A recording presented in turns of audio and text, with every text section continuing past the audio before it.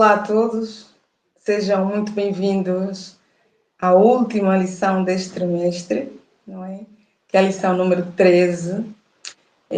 Palavras Cruzadas é um programa onde todas as semanas nós estudamos uma lição baseada na Bíblia e de 3 em 3 meses nós temos temas diferentes.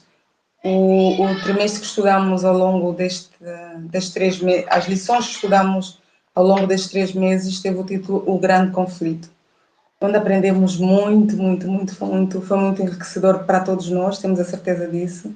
E hoje vamos terminar com a lição número 13, que fala-nos sobre o triunfo do amor de Deus, não é? Antes de entrarmos diretamente na lição, gostaria de dar as boas-vindas à nossa querida amada Sandra Machado, bem-vinda. Olá, querida Isilda, estás boa? Estou bem, obrigada.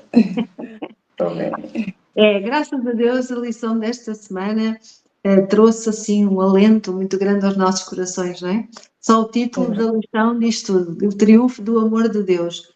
E é realmente este triunfo que nós tanto almejamos, não é? Portanto, no final de um trimestre, como tu dizias muito bem, a estudar o grande conflito, percebemos como é que as coisas vão acabar, e isso traz-nos, ao contrário do que acontece com muitas pessoas, e vamos desenvolver isto na lição, traz-nos uma esperança, não é? Imensa, e uma alegria de realmente termos certeza de que podemos confiar em Deus. Amém, Deus seja louvado. É muito bom saber, antes de começarmos um percurso, que a vitória já está garantida, não é? Esta lição dá-nos esta certeza, independentemente do que aconteça, se estivermos do lado de Deus, somos muito mais do que vencedores. Não porque nós somos os melhores, não porque somos fortes, não, mas porque decidimos apegar-nos àquele que é o dono de tudo, aquele que tem todo o poder e aquele que está disposto a nos dar a vitória. E não é por invenção humana, é por aquilo que ele fez, todos nós sabemos, não é? Que ele veio a esta terra, apesar de ser o dono de tudo, não é? Veio, teve a vida humilde que teve, passou o sofrimento que passou, tudo isso por amor a nós. E ao longo deste trimestre, desta lição especificamente, vamos falar sobre este triunfo do amor de Deus, não é?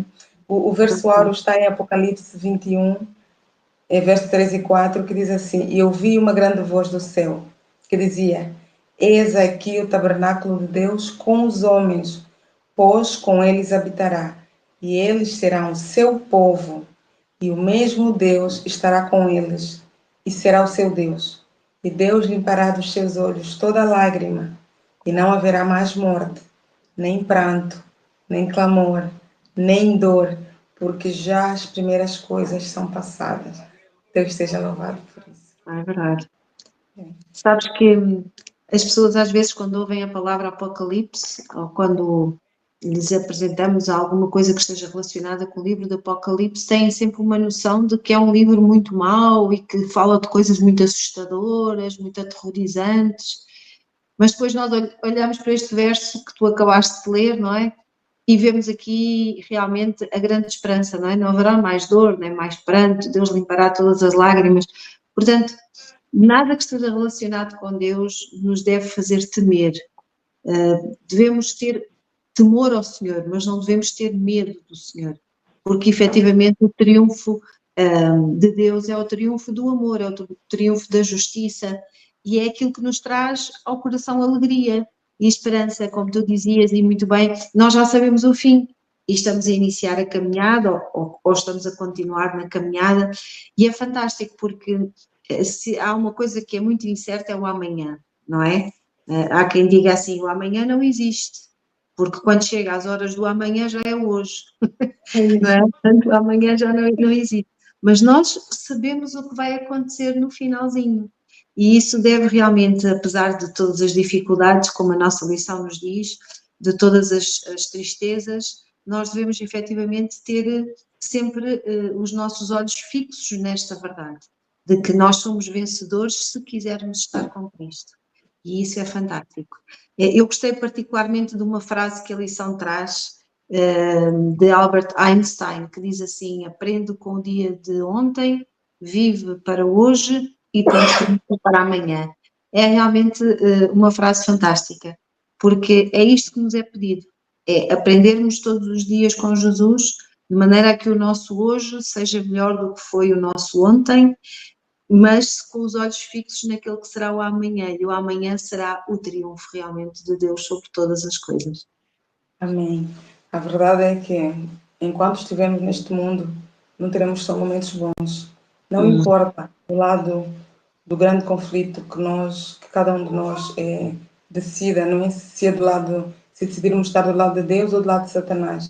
Independentemente disto, o sofrimento vai chegar a todos, não é?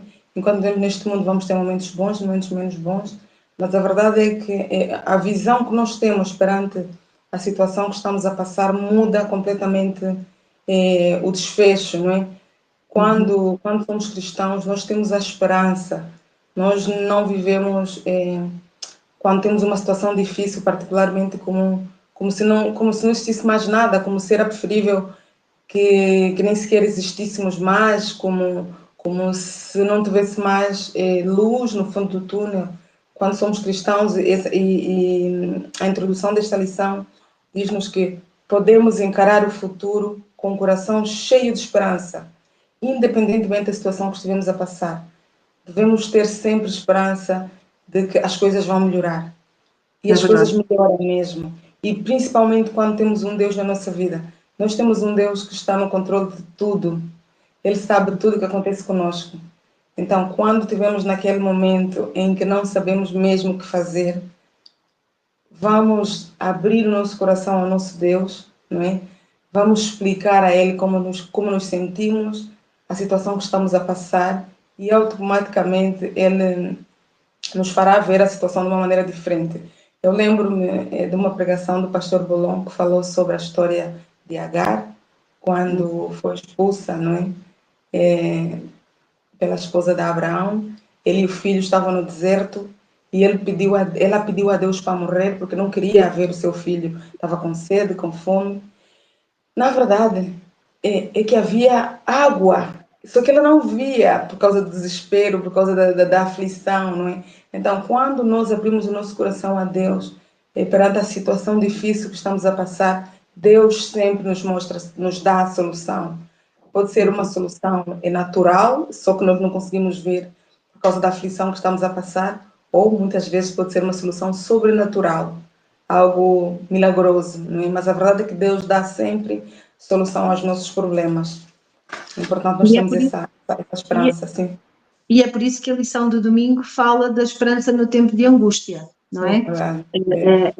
Nós sabemos que quando o tempo da graça terminar, e estamos a terminar agora 3 meses a estudar estes assuntos, portanto penso que aqueles que nos têm acompanhado nas palavras cruzadas já sabem o que é que isto quer dizer, não é? O final do tempo da graça é quando efetivamente a nossa decisão está tomada.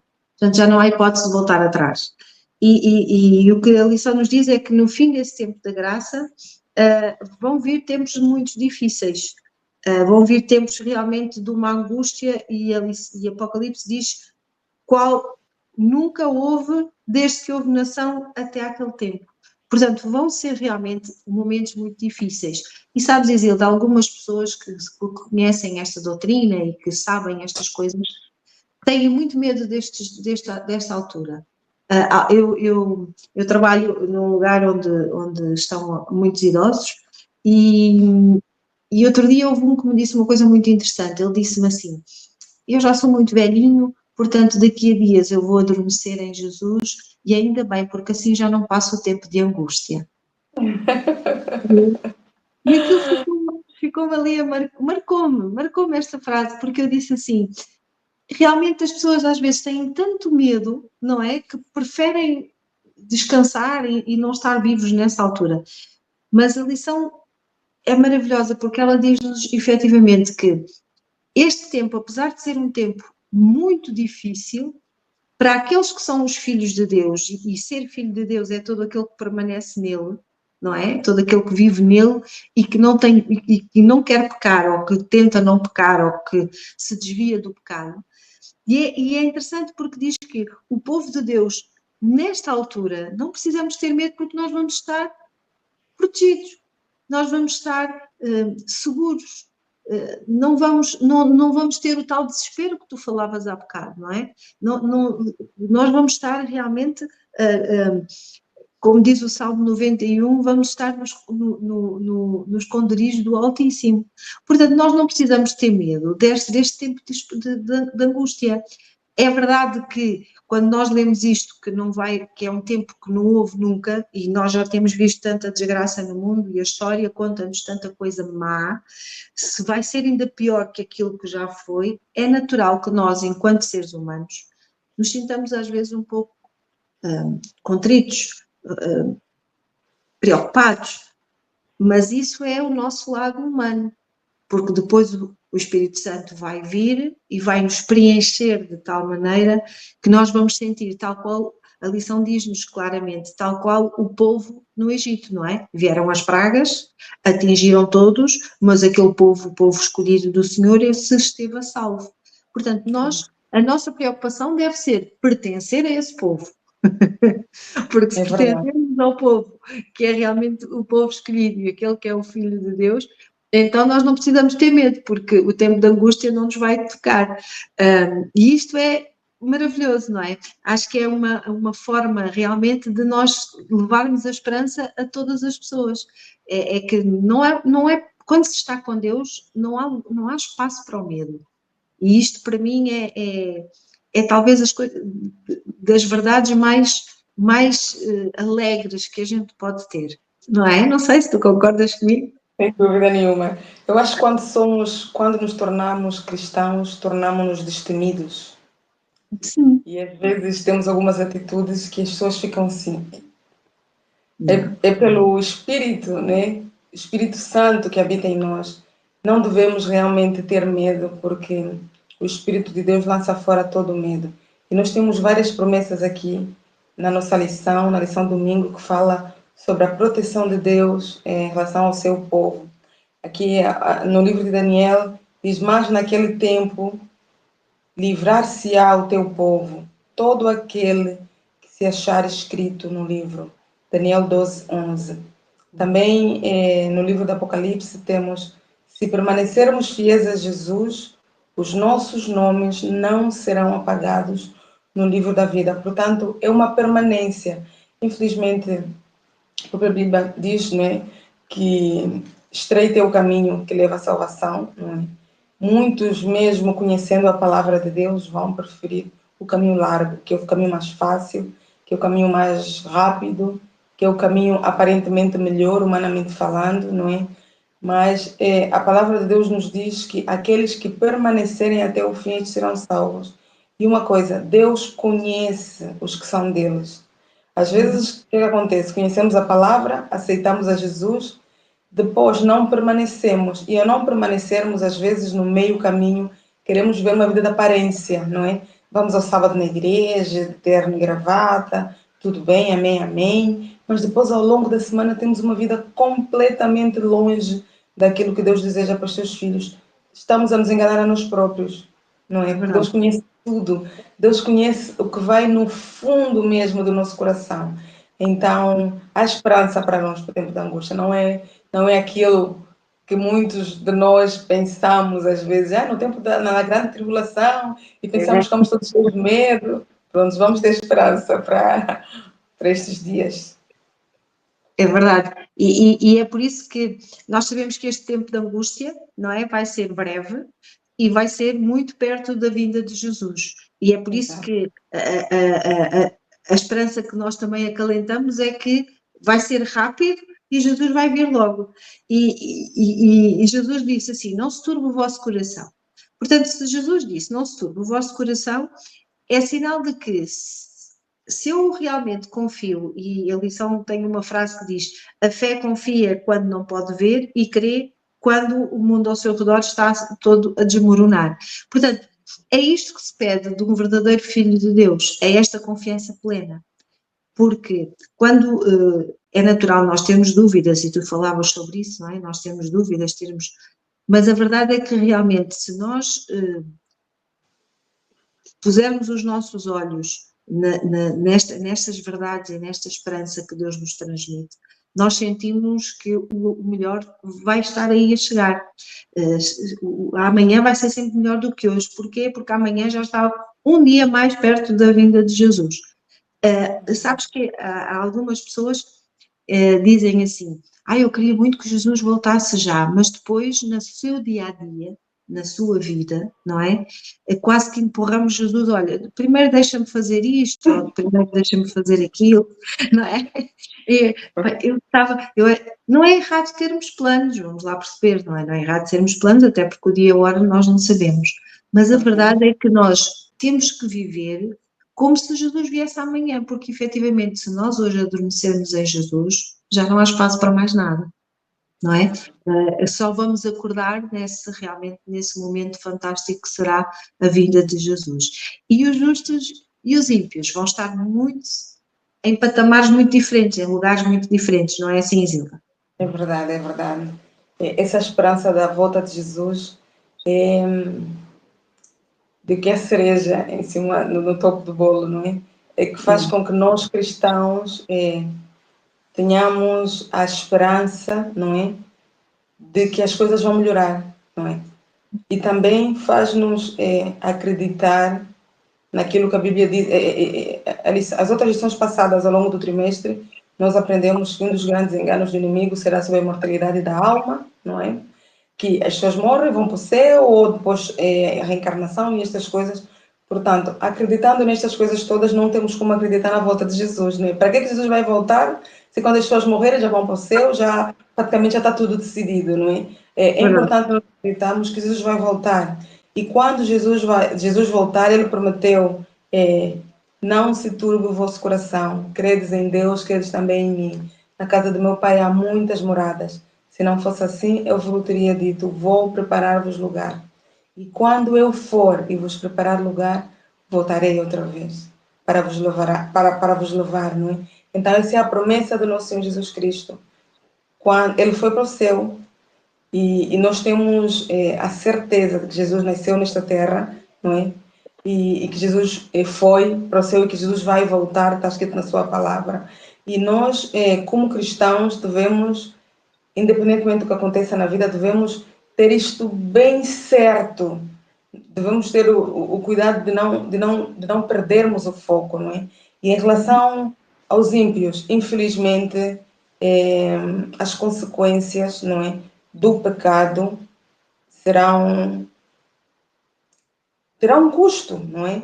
Não porque Deus seja um Deus mau, mas porque Deus não coaduna com o pecado, não é? Deus ama o ser humano pecador, mas Deus aborrece o pecado.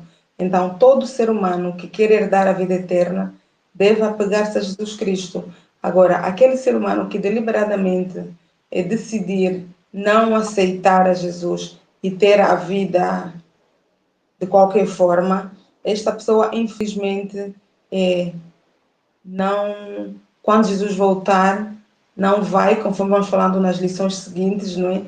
Não vai desfrutar das maravilhas da vida eterna. Nós já vamos falar dos 1000 anos no céu, vamos falar da Nova Jerusalém, não é? E aqui o penúltimo parágrafo da lição de domingo diz-nos que a cruz de Cristo será a ciência e o cântico dos remidos por toda a eternidade. No Cristo glorificado contemplarão o Cristo crucificado. Quando Jesus voltar, não é? Com toda a glória e com todo o poder, não será aquele Cristo que foi crucificado na cruz do Calvário, não. Mas neste Cristo glorificado, nós veremos, os salvos verão o Cristo crucificado, aquele Cristo que deu a sua vida para cada ser humano, não é? Porque ele virá nesta altura resgatar todos aqueles que esperam nele. E assim teremos um milênio. É verdade, portanto, nós aqui temos dois grupos de pessoas em situações bem diferentes. Aqueles que realmente cantam o cântico, não é? Do povo do Senhor, e aqueles que estão atemorizados e que percebem realmente que estão perdidos e que a consequência do seu pecado e do seu distanciamento de Deus é realmente a morte. E logo a seguir entramos no milénio, não é? O milénio quer dizer um período de 1000 anos, como toda a gente sabe, não é? E Satanás, é-nos dito que Satanás, durante esses 1000 anos, vai estar na Terra amarrado, não é? E as pessoas às vezes acham, não é? E há algumas pinturas que fazem, põem Satanás assim com uma corrente na perna, não é?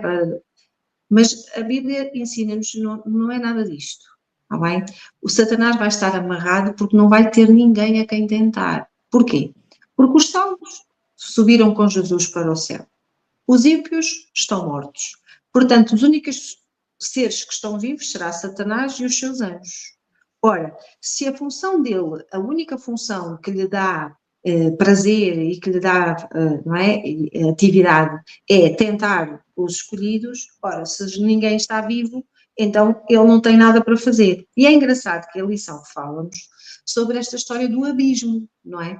E diz que a mesma palavra que aparece aqui, quando diz que Satanás está, portanto, acorrentado neste mundo porque não tem ninguém a quem tentar, diz-nos que, não é, esta palavra abismo é exatamente igual à palavra abismo que aparece no início da criação e quando nos diz que a terra era sem forma e vazia, não é?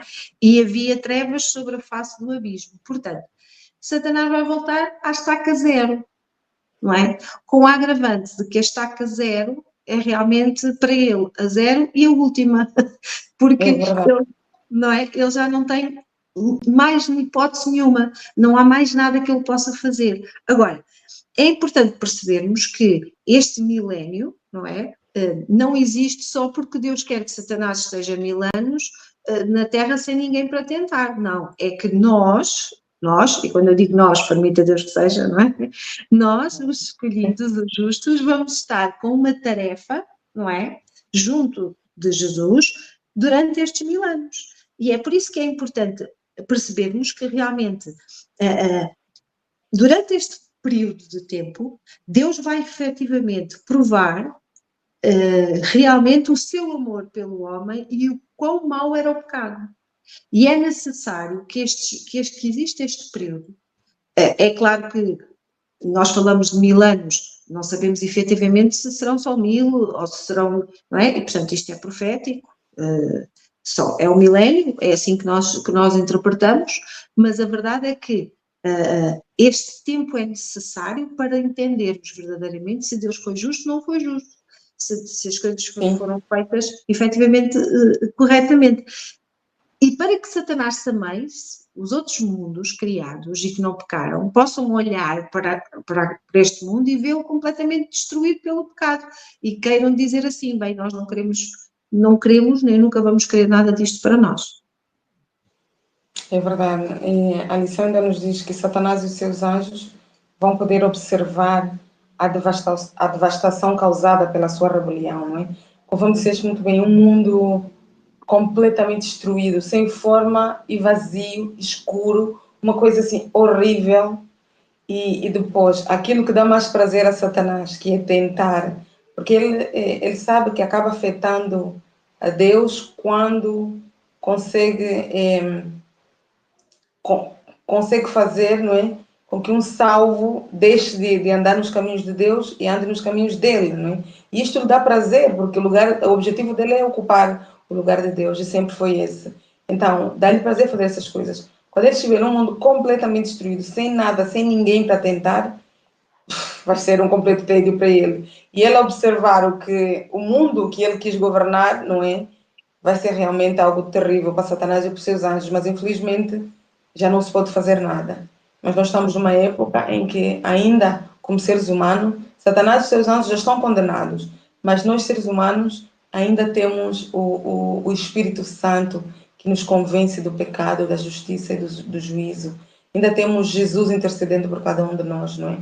Mas aqui, neste momento, estamos a falar, já estarão as portas completamente fechadas, não é? Será o justo, continue praticando a justiça, e o ímpio a injustiça. Portanto, nestes 1000 anos, enquanto Satanás estará amarrado, entre aspas, no mundo, não tendo a quem tentar, os ímpios estarão mortos, os salvos em Cristo Jesus gozarão os 1000 anos no céu. E temos 6 minutos. Portanto, querida amiga, Sempre passou rápido. voa, não é? O tempo voa quando nós estamos a falar de coisas boas, o tempo voa. Ora, a verdade é que no final deste milénio, deste período, não é? Em que realmente os que foram escolhidos e os que estão no céu observaram os livros, perceberam realmente as decisões, entenderam a justiça, não é? Entenderam porque é que todas as pessoas que se perderam, não é? Que todas aquelas que se perderam foi efetivamente porque quiseram, não porque Deus assim estipulasse, porque Ele quer que toda a gente se salve, não é? E no finalzinho, Satanás ainda vai ter ali um ímpeto de vamos ver se ainda conseguimos dar a volta a isto. E então, no final do milénio, quando realmente a Nova Jerusalém estiver a descer, diz que vai haver um novo juízo, que é o tal julgamento final, não é? Em que os ímpios voltarão a ressuscitar, realmente para terem então o final, não é? O termo, e diz-nos aqui que Satanás vai reunir esses povos e vai dizer, nós ainda vamos conseguir, vamos lá que a gente ainda vai tomar a cidade, ainda vai conseguir. Realmente aqui vemos que Satanás não tinha hipótese nenhuma de nem arrependimento, nem coisa nenhuma. Porque tirando mesmo durante este período, ele não conseguiu perceber, não é? O que tinha feito, não conseguiu sentir nenhum tipo de arrependimento, e aqui está a prova, é que ele vai tentar, mesmo no finalzinho, não é? Investir contra a Nova Jerusalém. E diz-nos aqui que esta cidade, portanto, quando a cidade da Nova Jerusalém está a descer, então Satanás e os seus seguidores cercam o Arraial dos Santos e a cidade amada, e é aí que, efetivamente, Deus tem que agir de forma definitiva, digamos assim, não é? E surge a tal momento em que realmente os ímpios vão ter que ser destruídos e Satanás e os seus anjos também vão ter que ser destruídos de forma definitiva. Portanto, é aí que realmente depois vai descer o fogo do céu e vai destruí-los. Agora eu quero-te fazer uma questão. E eles vão ficar a arder eternamente? Nem pensar. Este é o conceito que... Não. Algumas pessoas acreditam no inferno. O inferno vai ser um lago de fogo que vai arder eternamente, como se Deus fosse um torturador eterno, não é? Mas não é nada disto, pois não, Isilda? Claro que não.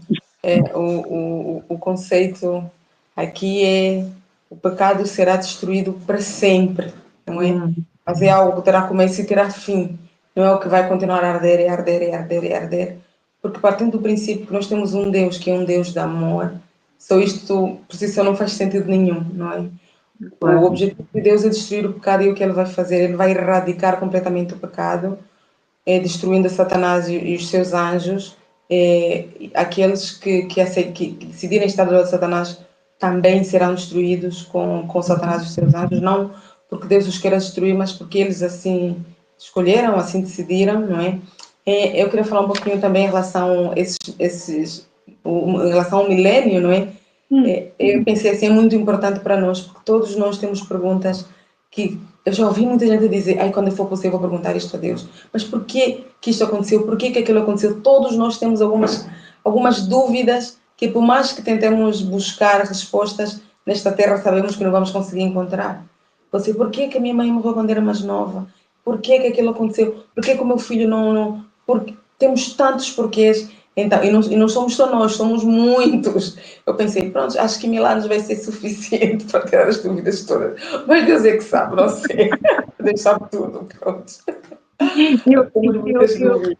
Sabes que eu acho que muitas dessas perguntas, naquela altura, já nem nos vamos lembrar delas, não é? Porque muitas dessas perguntas são feitas às vezes em momentos de tristeza, dor, desespero, e como isso já ficou para trás, se calhar algumas dessas perguntas nós vamos esquecer e já não vamos fazer. Mas a grande novidade é que realmente, quando o fogo descer, destruir Satanás, destruir os seus anjos, destruir os ímpios, o grande conflito terminou, não é? E quando o grande conflito termina, então nós podemos ter a alegria de perceber que agora vamos poder viver, não é? com um indescritível prazer. Os filhos entram na posse da alegria e na sabedoria dos seres celestiais.